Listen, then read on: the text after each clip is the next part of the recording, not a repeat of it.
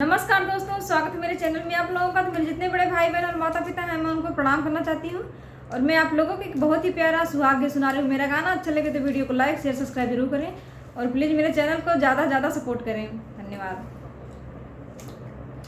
रोई रोई बेटी पूछे सुना मोरे बाबा, अरे सुना मोरे बाबा, अरे कैसन रिवाज रे ललनवा, अरे कैसन रीतिया रिवाज रे ललनवा।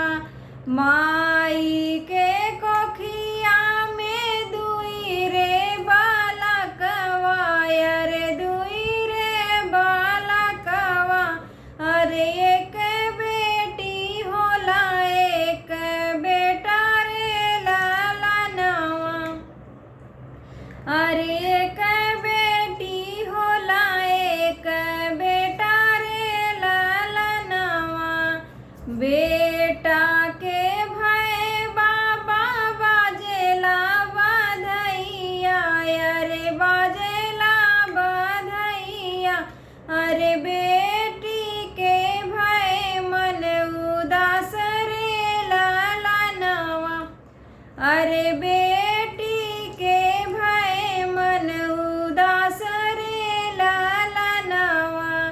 बेटा के रख बाबा अपनी बखरिया, अरे अपनी बखरिया, अरे बेटी के भेज दूसर देश रे ललनवा, अरे बेटी के भेज दूसर देश रे ललनवा।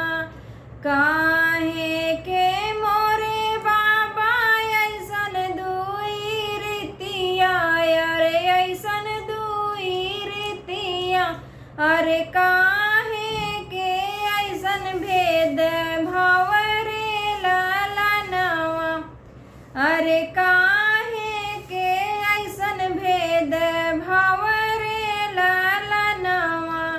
नाही हो मोरे बेटा ऐसन दुई रीतिया, अरे ऐसन दुई रीतिया, अरे नाही हो कौनो भेद भाव रे ललनवा, अरे नाही हो कौनो भेद भाव रे ललनवा।